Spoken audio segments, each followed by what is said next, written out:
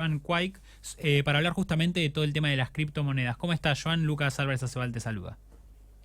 Hola Lucas, ¿cómo estás? Buenos días. Todo bien, Gracias todo por la bien. invitación. No, gracias a vos. Contanos un poco, Joan, ¿cómo es esta forma? ¿Hicieron como un relevamiento de las mejores criptomonedas para ganarle a la inflación? ¿Un estudio en torno a todo esto?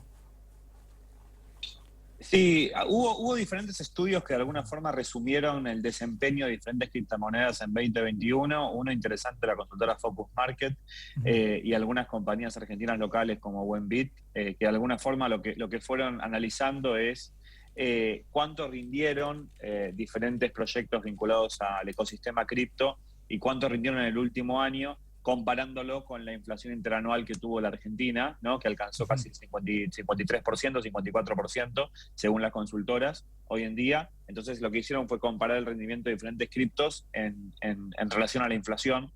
Y un poco como comentabas, Lucas, ¿no? La depreciación del peso, el difícil acceso al dólar, ¿no? La inflación alta, no solamente en Argentina, sino en todo el mundo. Recordemos que el año pasado vimos un récord de hace como 20 o 30 años en Estados Unidos con una inflación que casi alcanzó el 7%.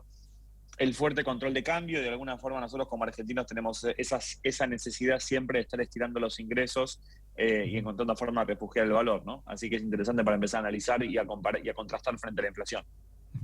Y justamente hablaste del dólar y bueno, una de las cuestiones donde más la gente se refugia, ¿no? A la hora de evitar la inflación del peso es en los dólares, que bueno, como ya sabemos hay un cepo de los $200 al mes. He visto muchas notas últimamente de cómo un poco refugiarse en el USDT o en otros dólar criptos para de esa forma no estar limitado por el cepo. ¿Es recomendable esto? ¿Funciona bien? ¿Cómo está esa situación? Y si podría saber también una A ver, solución ante el cepo. sí, el dólar, desde mi punto de vista, parece como si fuese un fármaco que nos adormece, ¿no? De alguna Ujú. forma lo seguimos consumiendo como si fuese lo único y uno se termina de alguna forma entendiendo que en los últimos 80 años el poder de compra del dólar se disolvió en 17 o 18 veces. Si una persona guardaba los dólares, de alguna forma esa se disolvió el poder de compra 17 o 18 veces de esos dólares que uno de alguna forma guardó. Las criptomonedas estables, de alguna forma, son un grupo dentro del ecosistema de cripto. Ujú. Sí, podríamos clasificar las criptomonedas en tres grandes categorías, ¿no? Aquellas que de alguna forma lo que buscan es convertirse en un security o en una reserva de valor, como el Bitcoin, que busca de alguna forma posicionarse como el oro digital. Ujú. Después tenemos los proyectos que son utility tokens, que son tokens de utilidad, como por ejemplo Ethereum, que es la segunda criptomoneda más popular en circulación, que lo que busca es, tiene una utilidad concreta dentro del ecosistema, que lo que hace es servir como insumo para poder ejecutar contratos inteligentes. Y una tercera categoría que, como bien mencionaste, Lucas, son las criptomonedas estables, que lo que son proyectos que de alguna forma tienen paridad uno a uno con monedas fiduciarias, en este caso Ujú. con el dólar norteamericano, y los tres proyectos más conocidos son el USDT, los USDC y las DAI, ¿no? Ujú. Y de alguna forma es una forma de poder acceder a los dólares y de poder seguir apostando a esa divisa fiduciaria, a pesar de todos los controles cambiarios y de todas las trabas que de alguna forma conocemos, macroeconómico-políticas, y de alguna forma también los rendimientos que ofrecen los diferentes pools de liquidez. Si uno de alguna forma lo que hace es lo que se llama técnicamente hacer staking, pero de alguna Sí. forma es como si fuese un plazo fijo en USDT, en USDC o en DAI. Ofrece rendimientos muy interesantes en dólares anuales, superiores a lo que estamos acostumbrados a ver, ¿no? Ujú. Tal es el caso que ahora hasta hay compañías argentinas que lo que hacen es que, vinculado a tarjetas de crédito, a tarjetas Visa o a tarjetas de crédito, cuando uno consume en pesos se le hace cashback a la persona, se le hace una Sí. devolución de un porcentual en USDT o en Bitcoin. Así que un mundo dentro del ecosistema cripto que mismo en Argentina está creciendo mucho. Y para aquellos que quieren arriesgarse un poquito más y irse de las stablecoin y meterse, como decías, en los tokens de utilidad o en los de reserva de valor, ¿cuáles son los que el año pasado han tenido una mayor rentabilidad, por así decirlo, para aquellas personas que están empezando a buscar cómo ahorrar y también cómo invertir su dinero en Argentina? A ver, es interesante ver que Ethereum quizás fue de los proyectos que más creció en 2021, Ujú. no solamente a nivel de valor monetario, del valor de la unidad de Ether, que en enero del año pasado, en enero del 2021, rondaba los $1.000 y cerró el pico máximo del año, fue alrededor de los $4.200, no solamente en relación a el rendimiento monetario, sino en cuánto está creciendo el ecosistema. Porque hoy en día la mayor parte del talento humano de los emprendedores, de las empresas, están apostando a las redes de Ethereum y a las redes DeFi, que DeFi es un concepto que en los últimos meses también y en los últimos años empezó cada vez más a hablar, que son estos proyectos de finanzas descentralizadas, ¿no? Y estas finanzas descentralizadas lo que hacen son proyectos de criptomonedas que no tienen empresas terceras y que de alguna forma no hay una empresa que centralice esas operaciones que realizan. Entonces, hay proyectos como por ejemplo Solana, hay proyectos como por ejemplo Cardano, Luna, que son proyectos que de alguna forma, cada uno tiene una propuesta de valor distinta. Recordemos que hoy en día hay más de 13.000 criptomonedas en circulación, con diferentes propuestas de valor, con diferentes ventajas competitivas, con diferentes focos y puntos de aplicación, ¿no? Entonces cada proyecto tiene su particularidad. También a partir del cambio drástico de Facebook a Meta, surgieron muchos tokens y muchos proyectos vinculados a metaverso, ¿no? Quizás el más conocido es Decentraland con el proyecto Maná, un proyecto que es muy conocido ahora también. Hay varios vinculados a metaverso, como por ejemplo de Sandbox, con su Crypto Sand. Son proyectos que de alguna forma cada uno tiene propuestas de valor distintas. Yo creo personalmente que es lógico que veamos una depuración de los proyectos, una purificación, una depuración, porque aquellos proyectos que no tengan una propuesta de valor lo suficientemente atractiva y sólida y que tengan un roadmap claro y un plan de acción claro para los próximos meses, de alguna forma van a empezar a caer, ¿no? Entonces, hoy en día tenemos que recordar que estamos en un universo complejo, con muchas aristas, y que hay que analizar muy bien antes de empezar a invertir en uno de estos proyectos, ¿no? ¿Y cuál es el consejo inicial, ¿no? Para aquella persona, para aquel argentino que quiere que no se le devalúe la moneda, tampoco confiar en el dólar?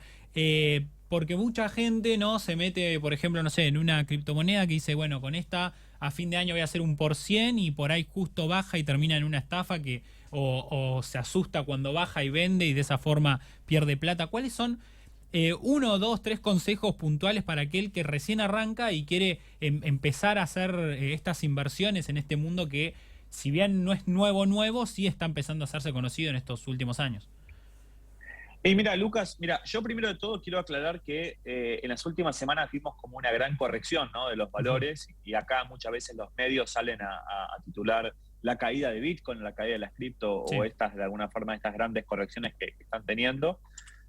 Hoy aclaremos que las criptomonedas son los activos financieros con mayor adopción, volatilidad en la adopción a nivel mundial. Es decir, son el mayor activo financiero que más gente entra y sale constantemente, ¿no? Sí. Y también hay muchísimo apalancamiento, ¿no? Hay gente que se endeuda y se apalanca drásticamente por un montón de X para poder de alguna forma surfear este miedo de quedarse afuera, esta palabra que se llama FOMO, ¿no?, que habitualmente, sí, las redes vemos, es este miedo de quedarse afuera. Entonces, el primer consejo es, primero de todo, me parece fundamental leer, escuchar. Hay muy buenos libros, hay muy buenos documentales, hay muy buenos periodistas, hay muy buenos expertos en cripto. Hoy en día, con el acceso a Internet y a las redes, podemos conocer y escuchar a gente muy valiosa en este ecosistema. Eso en primer lugar, ¿no? Informarse antes de invertir, ¿no? Que eso de alguna forma mismo lo dijo Warren Buffett, ¿no? Él no invierte en cosas que no pueda, de alguna forma que no conozca, ¿no? En segundo lugar, no mirar en lo que está pasando hoy en día respecto al valor, sino ver en un periodo de tiempo más amplio, tratar de hacer un poquito de zoom out y ver en perspectiva, ¿no? Es decir, por la toma de ganancias que tuvo Bitcoin, por ejemplo, en el último mes, que cayó del pico máximo de 65, 66 mil dólares a 32 o 31, no podemos decir que Bitcoin es una mala inversión, ¿no? Claro. Me parece que hay que conocernos como inversores, hay que ver en perspectiva, hay que diversificarnos, hay que tratar de administrar los ratios de riesgos y de beneficios, hay que preguntarnos si estamos apalancados o no estamos apalancados, y hay que comprender que la volatilidad es normal y también sucede en los mercados tradicionales, ¿no? En las últimas semanas vimos caídas históricas de acciones también, vimos con grandes compañías como Mercado Libre, como Facebook, que de alguna forma también sucede en los mercados tradicionales, ¿no? Entonces, me parece que son algunas de las lecciones que tenemos que empezar a entender.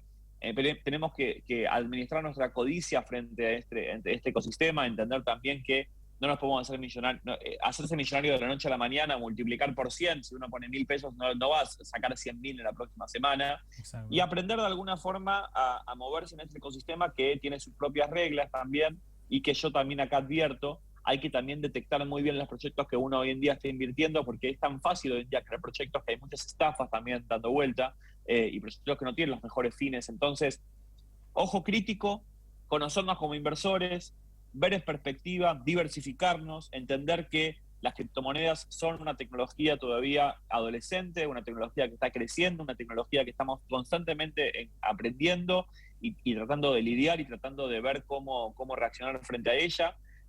Vimos, los que estamos hace más tiempo en el mundo de las cripto, vimos como Bitcoin cayó en 2011 de 70 centavos de dólar a 1 centavo, o vimos en 2017 cómo cayó de $20.000 a $3.200. Entonces, creo que hoy en día estamos en el primer vagón de un tren muy largo que no sabemos cuántas estaciones tiene ni cuántos vagones tiene de alguna forma. Y de alguna forma estamos viendo la punta del iceberg de algo que nos va a cambiar mucho la forma de comprender la economía.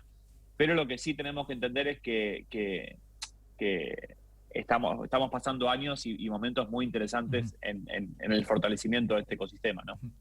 Y en otra de las cuestiones muy relacionada al mundo cripto, bueno, de hecho, intrínsecamente relacionada, es el tema de los juegos NFT, que el año pasado crecieron un montonazo con la gran explosión que tuvo el año pasado Axie Infinity. Y así también surgieron un montón de estafas justamente con juegos NFT y otros juegos que han dado rendimientos enormes. ¿Cuáles, para explicarle un poco a los oyentes, y ahora que se está hablando tanto últimamente de Axie y de estos juegos, qué es un juego NFT? Y algunos tips como para no caer en estafas, porque cualquiera puede crear un juego, crear un token y fugarse la plata. A ver, NFT son las siglas en inglés de un token no fungible, ¿no? Llamémoslo de un bien digital no fungible. Y Lucas, permitime hacer un minuto de Sí, sí. ABC, ¿viste? Para la gente que quizás no escuchó nunca hablar de esto. En economía, un activo fungible es algo con unidades que uno se puede intercambiar fácilmente, ¿no? Como por ejemplo la plata, los pesos argentinos. Claro. Es algo fungible, ¿no? Que con unidades determinadas, 5, 10, 20, 50, 100, 500, 200, 500, 1000, lo que fuese, lo puedo cambiar fácilmente, ¿no? Con plata uno puede intercambiar. Yo puedo cambiarte a vos, Lucas, un billete de 10 pesos y vos me das 2 de 5 y tiene el mismo valor, ¿no? O yo te doy 2 de 500 y vos me das 1 de 1000 y tiene el mismo valor. Sí, sí. Pero, sin embargo, cuando algo no es fungible, entonces eso es imposible. Significa que tiene propiedades únicas, por lo que no puede ser intercambiado, ¿no? Entonces, eso podría ser cualquier cosa. Podría ser desde la casa donde estoy yo ahora, desde una obra de arte, desde lo que fuese, una foto, un tweet, lo que fuese, ¿no? Entonces, los NFT son un activo que es un activo inimitable, es un activo que no existe otro igual a ese, que puede ser comprado y vendido como cualquier otro tipo de propiedad o cualquier otro tipo de activo, pero no tiene formato tangible en sí mismo, es un 100% intangible, ¿no? Y estos tokens, estos NFT, se pueden entender en otras palabras como si fuesen certificados de propiedad de activos virtuales o físicos, ¿no? Certificados de propiedad, ¿no? Yo tengo la propiedad de un activo, y entonces quizás los últimos 2 años, quizás el rubro que más incorporó los NFT es el rubro artístico, ¿no? El arte, que de alguna forma se fue tokenizando de alguna forma cada vez más. Pero yendo al lado de los juegos Play to Earn, los juegos NFTs, lo que pasó es que este mismo concepto, ¿no? De este activo inimitable se trasladó a personajes de videojuegos. Yo tengo 31 años, Lucas, y los oyentes de que están en la zona de entre los 28 y los 35 me sabrán entender. Por ejemplo, cuando yo jugaba videojuegos, los MMORPG, los juegos, y por ejemplo había todo un mercado de compra y venta de jugadores, sí, por marketplaces, ya sea Mercado Libre, eBay, lo que fuese, porque uno no podía vender su avatar virtual, su representación virtual. Entonces, en los juegos NFTs, cada criatura, de alguna forma, tiene un valor en mercado que se puede comercializar fácilmente y se puede trasladar, y puede comprar y vender. Con el aumento de la tecnología y con la facilidad hoy en día de la creación también de tanto de tokens de cripto como de juegos NFTs, como de plataformas de criaturas NFTs. Hay una cantidad de juegos NFTs fenomenal, es muy grande, y yo creo que en 2022 va a ser el año donde vamos a ver la explosión gigante, ¿no? Tal es el caso que muchos expertos dicen que en los próximos años no vamos a jugar, no, se va a perder de alguna forma el ocio, ¿no? No vamos a Claro. jugar si no hay un rédito económico por detrás o no hay una transacción comercial por detrás, ¿no? Entonces, es cierto que tanto como en proyectos de cripto, de proyectos de utilidad, o como pasó con el boom de las ICOs en 2017, de las ofertas, de las Initial Coin Offering, que es lo equivalente a las IPOs, vamos a ver en 2022 que probablemente haya un gran maremoto, ¿no?, de proyectos de juegos play to earn, y mismo lo estamos viendo hoy en día, que de alguna forma se mueven mucho por la tendencia del hype y de las redes y de todo. Sí. Lo que tenemos que entender de riesgo principal de este tipo de proyectos es que son proyectos meramente centralizados, ¿no? Porque hay un estudio, un desarrollador o una empresa por detrás que probablemente controle la gran mayoría, ¿no?, de los tokens en circulación, de las monedas en circulación, que si algún día, esperemos que no, pero si algún día no quiera, pueden de alguna forma mover esos tokens, ¿no?, o venderlos, y de alguna forma todo el valor se desplomaría, ¿no? Sí. Entonces, es real, hoy en día el juego más pionero, más popular, tal como comentaste, es Axie Infinity, que tiene mucha crítica también del mercado. Por eso me parece que no hay que tomar una postura extremista, ¿no? No hay que tomar una postura extremista de glorificar ni demonizar, ¿no? Ni hacer una apología a favor, ni hacer una demonización, ¿no? Porque son instrumentos muy interesantes. Yo trato de ser muy crítico de la tecnología y tratar de entenderla de alguna forma, de una forma muy consciente, pero tenemos que tener cada vez más ojos críticos frente a este mundo donde cada vez es más fácil. A ver, y esto no solamente es válido con los juegos Play to Earn o los juegos NFT, ¿no? Lo mismo nos pasa con las fake news, las noticias falsas. Hoy en día se viraliza mucho más fácil una noticia falsa que una noticia verdadera en Internet, ¿no? Con esta facilidad que tenemos de creación de información constantemente. Entonces, algunos consejos para empezar a comprender este mundo. Espero que haber sido claro, si no, Sí, Lucas, sí. vos me vas guiando. A ver Sí, sí, cómo... está perfecto. Y Joan, me quedaría horas hablando, pero bueno, los tiempos de la radio, como dicen, son tiranos. Y hay una cuestión que quería tocar, que es el tema de la Argentina con las criptomonedas, porque veíamos que están impulsando proyectos de regulación, si se quiere, de las criptomonedas en la Argentina. Y bueno, justamente acá entra la duda de cómo regular algo que es que ni siquiera está centralizado en muchas de las situaciones. Y también el tema de cómo declaro yo mi dinero en criptomonedas, porque eso es otra cuestión que también va a tener que trabajarse en el futuro bastante a fondo en la Argentina. A ver, con respecto a la Argentina, lo que te puedo comentar es que Argentina está en el top 10 de países con mayor adopción cripto a nivel mundial. Bien. Hace poco más de un mes y monedas, estuvo en la Argentina de visita Vitalik Buterin. Vitalik Buterin es el founder de la red de Ethereum, que generó todo un gran revuelo, ¿no?, en la comunidad local, de alguna forma. Y de alguna forma yo pienso que eso también es por la desazón, ¿no?, de los argentinos, nuestra, cultural, a la falta de confianza en las monedas, ¿no? Entonces eso de alguna forma es algo que de alguna forma puede llegar a pasar. También, si uno analiza el volumen de transaccional en dinero, en dólares o en pesos, que mueve a Argentina en cripto, es muy interesante frente a otros mercados en ese sentido. Entonces, me parece que estamos de alguna forma muy bien posicionados y hay una cantidad de talento trabajando, laburando y representándonos afuera en este ecosistema, que la verdad que es súper valorable y súper admirable, ¿no?, la cantidad de talento que hay involucrado en este ecosistema. Esto me parece importante también para destacar.